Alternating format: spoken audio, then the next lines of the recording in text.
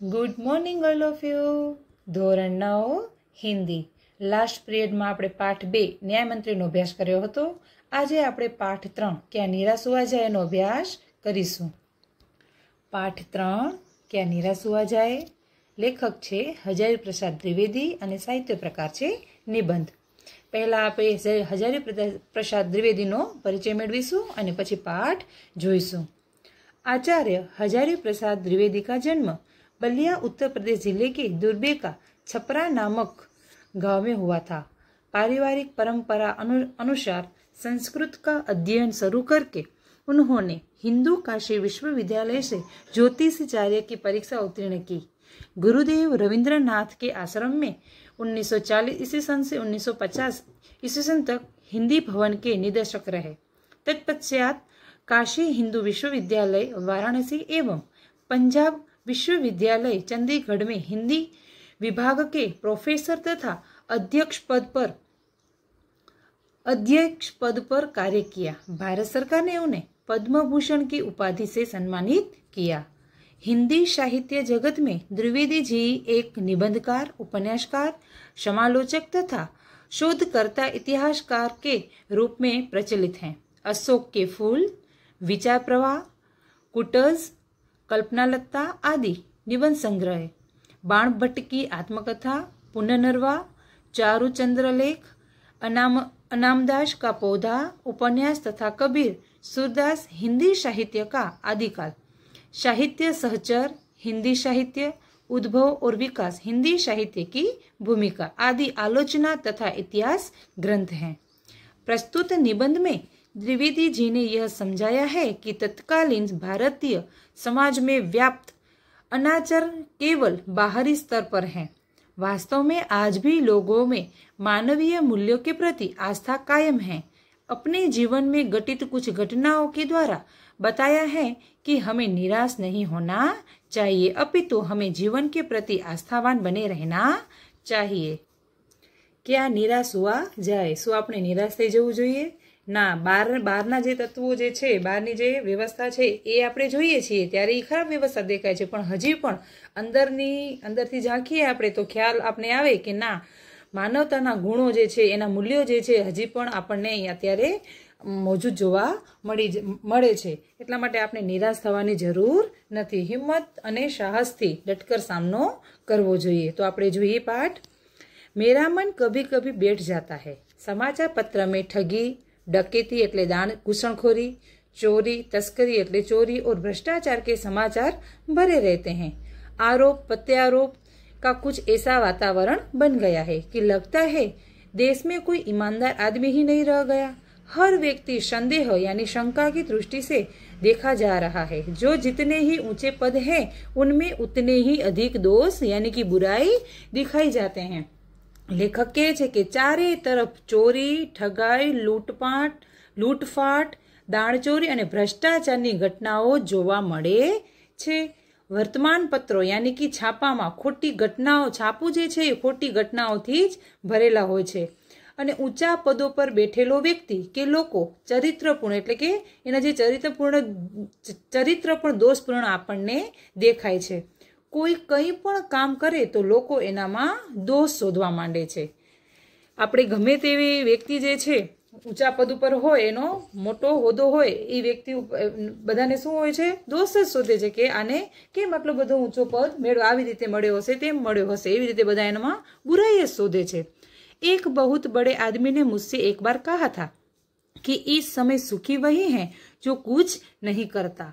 जो कुछ भी करेगा उसमें लोग दोष खोजने लगेंगे, उसके सारे गुण भुला दिए जाएंगे और दोष को बढ़ा चढ़ाकर दिखाया जाने लगेगा। लेखक कहे छे कि एक आदमी ने पूछ्યું અને એક આદમી મને કીધું કે અત્યારે સુખી કોણ છે? તો કે સુખી એ છે કે કોઈ કાંઈ કરતું નથી, એ અત્યારે સુખી છે, અને ઊંચા ઊંચા પદો પર બેઠેલો વ્યક્તિ જે છે, મહેનત કરે છે, એ આજે સુખી નથી। दोष किसमें नहीं होते? यह कारण है कि हर आदमी दोषी अधिक दिख रहा है, गुणी कम या बिल्कुल ही नहीं। स्थिति अगर ऐसी है तो निश्चित ही चिंता का विषय है। હવે જોઈએ કहे છે कि दोष બુરાઈ કોનામાં ન હોય, એ તો બધામાં હોય, પણ અત્યારે દોષી જે છે એ વધારે વ્યક્તિ આપણને જોવા મળી રહ્યા છે અને ગુણવાન જે છે એ બહુ જ ઓછા, મતલબ કે સમૂહરાજની ભલે સ્થિતિ આવી છે તો એનું કારણ તો એ જ છે કે એ તો ચિંતાનો વિષય બનતો જ જશે. હવે મહેનત કરનારા લોકો જે છે અત્યારે સુખ નથી ભોગવી શકતા, જે પસીનો કાઢે છે, એટલું મહેનત કરે છે છતાં પણ, અને જે ભ્રષ્ટાચાર ખોટું કરે છે એ આજે ઘણા બધા આગળ છે. મહેનત કરનારા લોકોની સ્થિતિ બહુ જ ખરાબ છે અને મહેનત ન કરનારા સુખ ભોગવે છે. क्या यही भारत वर्ष है, એટલે કે ભારતનો આદર્શ जिसका सपना तिलक और गांधी ने देखा था. रविंद्रनाथ ठाकुर और मदन मोहन मालवीय का महान संस्कृत सभ्य भारतवर्ष की अतीत भूतकाल के गह्वर यानी कि गड्ढा में डूब गया. आर्य और द्रविड़, हिंदू और मुसलमान, यूरोपीय और भारतीय आदर्शों की मिलन भूमि महामानव समुद्र क्या सूखी गया. मेरा मन कहता है ऐसा हो नहीं सकता. हमारे महान मनीषियों यानी कि ज्ञान पंडितों के सपनों का भारत है और रहेगा. कवि હજારી પ્રસાદ દ્વિવેદી કહે છે કે આ ભારતનો આદર્શ જે છે કે જે તિલક અને ગાંધીએ જોયેલા સપના, રવિન્દ્રનાથ, મદન મોહન, પછી માલવીય, બધા જે સપના જોયા છે આપણે, તો એ જે છે એનું આદર્શને જે માનવતાના જે મૂલ્યો જે છે અત્યારે પણ હજી મોજૂદ તો છે જ, એ ભૂલી શકાય નહીં. આ મહાન પુરુષોએ જોયેલા સપના, જે ભારતનો આદર્શ જે છે એ શું સુકાઈ ગયો? ના, તો લેખક કહે છે કે ના, એવું ન હોઈ શકે. મોટા મોટા જ્ઞાનીઓ જોયેલા જે સપના જે છે, ભારતનું જે સપનું જે છે એ ભૂલાઈ શકાય નહીં. હજી પણ આપણે ભારતનો ઇતિહાસ ભૂલાણો નથી, એનો આદર્શ ભૂલાણો નથી. લેખક કહે છે, તે મારું મન કહે છે કે ના, આપણે નિરાશ થવાની જરૂર નથી. यह सही है कि इन दिनों कुछ ऐसा माहौल यानी कि वातावरण बना है कि ईमानदारी से मेहनत करके जीविका यानी रोजी रोटी चलाने वाले निर्हित, निर्दोष और भोले भाले श्रमजीवी पीस रहे हैं और झूठ तथा फरेब यानी धोखा का रोजगार करने वाले फल फूल रहे हैं. लेखक કહે છે કે અત્યારનું વાતાવરણ એવું થઈ ગયું છે કે ઈમાનદારી એથી કમાતા, મહેનત કરતા જે રોજીરોટી કમાવે છે એ નિર્દોષ જે છે, છતાં એ જે શ્રમજીવી જે વર્ગ જે છે એ અત્યારે પીસાઈ રહ્યો છે અને ખોટું કરે છે, ધોખા કરે છે, એ વ્યક્તિ અત્યારે ऐशो आरामની જિંદગી જીવી રહ્યા છે. ईमानदार को मूर्खता का पर्याप्त समझा जाने लगा है. હવે ईमानदार વ્યક્તિને મૂર્ખ સમજવામાં आवे छे. सच्चाई केवल भीरू यानी डरपोक और बेबस लाचार लोगों के हिस्से पड़ी है. ऐसी स्थिति में जीवन के महान मूल्यों के बारे में लोगों की आस्था ही हिलने लगी है. હવે આવી રીતે થાય તો લોકો ભગવાન ઉપરથી પણ આસ્થા હિલી જાય કે અત્યારે ઈમાનદાર વ્યક્તિ જે છે એને લોકો મૂર્ખ સમજે છે અને જે ડરપોક લાલચથી લોકો જે છે લલચાઈ કરે છે, સચ્ચાઈ નથી રાખતા, એ લોકો તો એકદમ ऐशो आरामની જિંદગી જીવી રહ્યા છે. परंतु ऊपर ऊपर जो कुछ दिखाई दे रहा है वह बहुत ही हाल की मनुष्य निर्मित नीतियों की त्रुटियों की देन है. त्रुटियों यानी कि खामियों. सदा मनुष्य बुद्धि नई परिस्थितियों का सामना करने के लिए नई सामाजिक विधि निषेधों को बनाती हैं. उनके ठीक साबित न होने पर उन्हें બદલતી એ પોતાના દ્વારા સાચું જે મનુષ્ય નિર્મિત જે નીતિઓ જે બનાવી છે એમાં જે ખામીઓ જે છે એ વ્યક્તિ છે પોતે નથી કરી શકતા, એટલા માટે આખી વ્યવસ્થા શું કરી નાખે છે? બદલી નાખે છે. નિયમ कानून सबके लिए बनाए जाते हैं पर सबके लिए कभी कभी एक ही नियम सुखकर नहीं होते. सामाजिक कायदे कानून कभी युग से परीक्षित कसौटी पर खरे उतरे आदर्शों से टकराते हैं. उससे ऊपरी सतह अलोडिन यानी कि मथना भी होते हैं. पहले भी हुआ है, आगे भी होगा. उसे देखकर हताश यानी निराश हो जाना ठीक नहीं है. जो युग बदलाय છે ત્યારે આદર્શ પણ બદલાય છે, બરાબર. જૂના કાયદા કાનૂનોની જગ્યાએ નવા કાયદા કાનૂનો આવે છે, એમાં અંતર તો હોય જ છે. નવી વસ્તુ જૂની વસ્તુ હોય એમાં અંતર તો હોય ને, ડિફરન્ટ હોય જ. નવા જમાનાની સ્થિતિ પણ કંઈક એવી જ છે, એમાં કશું નવું હોતું નથી. દરેક પરિવર્તન પછી આવું જ કંઈક હોય છે. પરિવર્તન હોય એટલે કાંક તો નવું હોય જ છે. ત્યારે લેખક કહે છે કે એમાં આપણે હતાશ થવાની જરૂર નથી. भारतवर्ष ने कभी भी भौतिक वस्तुओं के संग्रह को बहुत अधिक महत्व नहीं दिया. भौतिक वस्तुओं જે આપણે ऐशो आरामની જિંદગી જીવીએ છીએ એ વસ્તુઓને क्यारे पण भारते महत्व आप्યું નથી। उसकी दृष्टि से मनुष्य के भीतर जो महान आंतरिक तत्व स्थिर भाव से बैठा हुआ है वही चरम और परम है। लोभ, मोह, काम, क्रोध आदि विकार मनुष्य के स्वाभाविक रूप से विद्यमान रहते हैं। विद्यमान यानी कि हाजर के व्यक्ति में लोभ, मोह, काम, क्रोध आ मनुष्य में शू छे एना विकारो छे, पर उन्हें स्थान प्रदान शक्ति मान लेना और अपने मन तथा बुद्धि को उन्हीं के हिसाब पर छोड़ देना बहुत निकृष्ट आचरण है।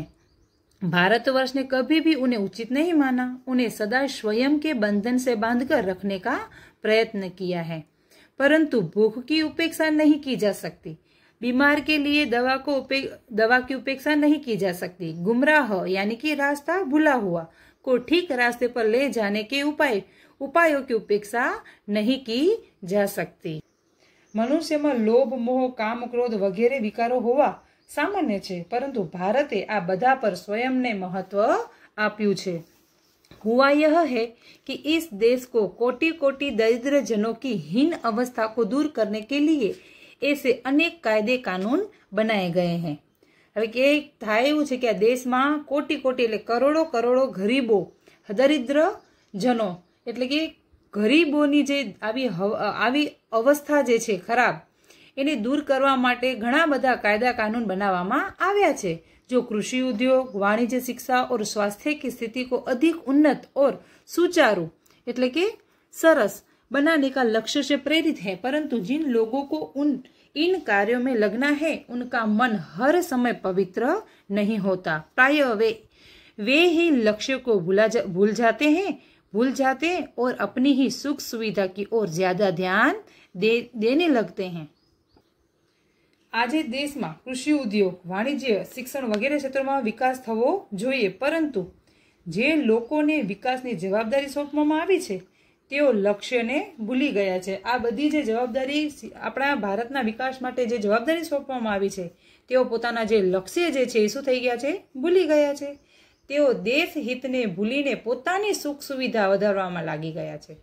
તેઓ ભારતના પ્રાચીન આદર્શો ભૂલી ગયા છે। લેખક કહે છે કે આપણે એવું હોય કે આપણે જે જવાબદારી સોંપી હોય એ જવાબદારી આપણે પૂરી કરીએ, આપણે એ લક્ષ્ય સુધી પહોંચી અને એ લોકોની આપણે શું કરીએ, સેવા કરીએ। અને અત્યારે એવું થઈ ગયું છે કે ઉપરથી બધું આવતું હોય આપણી પાસે, પણ આપણે કોઈને આપતા નથી। આપણા જ આપણે ખીચાને બધું, ઘરને બધું ભરીએ છીએ અને પોતાની જ સુખ સુવિધા પોતાની જ આપણે વધારીએ છીએ, આપણે એના સુધી પહોંચાડતા પણ નથી। તો ત્યારે કહે છે કે ભારતનો આ પ્રાચીન આદર્શો આપણે ભૂલી ગયા છીએ। व्यक्तिचित सब समय आदर्शों द्वारा चालित नहीं होता। जितने बड़े पैमान यानी कि मापदंड पर इन क्षेत्रों में मनुष्य की उन्नति के विधान बनाए गए, उतनी ही मात्रा में लोभ, मोह जैसे विकार भी विस्तृत होते गए। જેટલું વ્યક્તિ પાસે આવતું ગયું, જેટલી વ્યક્તિની ઉન્નતિ થતી જાય છે એટલી ને એટલી વ્યક્તિઓમાં લોભ, મોહની લાલસા જાગતી હોય છે, એટલે વિસ્તાર એનો વધતો જાય છે। लक्ष्य की बात भूल गई, बदा लक्ष्य जे छे एनी बात तो भूली ज जाए छे। आदर्शों को मजाक का विषय बनाया गया और स्वयं को दक्यानुसी यानी कि पुराने ख्याल रखने वाला, इसको कहते हैं दक्यानुसी, मान लिया गया। परिणाम जो होना था वह हो रहा है। यह कुछ थोड़े से लोगों के बढ़ते हुए लोभ का नतीजा है, परंतु इससे भारतवर्ष के पुराने आदर्श और भी अधिक स्पष्ट रूप में महान और उपयोगी दिखाई देने लगे हैं। भारतवर्ष सदा कानून को धर्म के रूप में देखता आ रहा है। आज एकाएक कानून और धर्म में अंतर कर दिया गया है।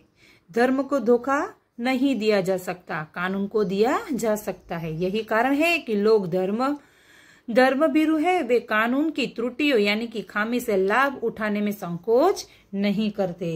હવે આજ આપણા જે આદર્શો જે છે એ કેવા થઈ ગયા છે, એકદમ નષ્ટ થઈ ગયા છે। પ્રાચીન આદર્શો જે છે એકદમ નષ્ટ થતા જાય છે। એમની આપણા પ્રાચીન આદર્શો જે છે એને નષ્ટ થવા દીધા નથી। દેશમાં આજે પણ ધર્મને કાયદા કરતા પણ ચડિયાતો માનવામાં આવે છે। જેમાં સેવા, પ્રામાણિકતા, સત્ય અને આધ્યાત્મિકતાના મૂલ્ય આજે પણ મોજૂદ યાની વિદ્યમાન છે। જોઈ એના જે આદર્શો જે છે એને આપણે હજી નષ્ટ કર્યા નથી। ધર્મને કાયદા કરતાં પણ શું કરવામાં આવે છે? ચડિયાતો માનવામાં આવે છે. હજી એ નષ્ટ થયો નથી. તો કાનૂનને આપણે ધોખો દઈ શકીએ, આપણે એના સાથે ભ્રષ્ટાચાર કરી શકીએ, પણ ધર્મને કોઈ દિવસ આપણે ધોખો દઈ શકતા નથી. તો વિદ્યાર્થી મિત્રો, આજે આપણે એટલે સુધી પાઠ જોયું. હવે નેક્સ્ટ પિરિયડમાં આપણે આગળ જોઈશું અને હું જે તમને લેસન મૂકું એ તમારે કરી અને મને એના ફોટા જરૂરથી મૂકવાના છે.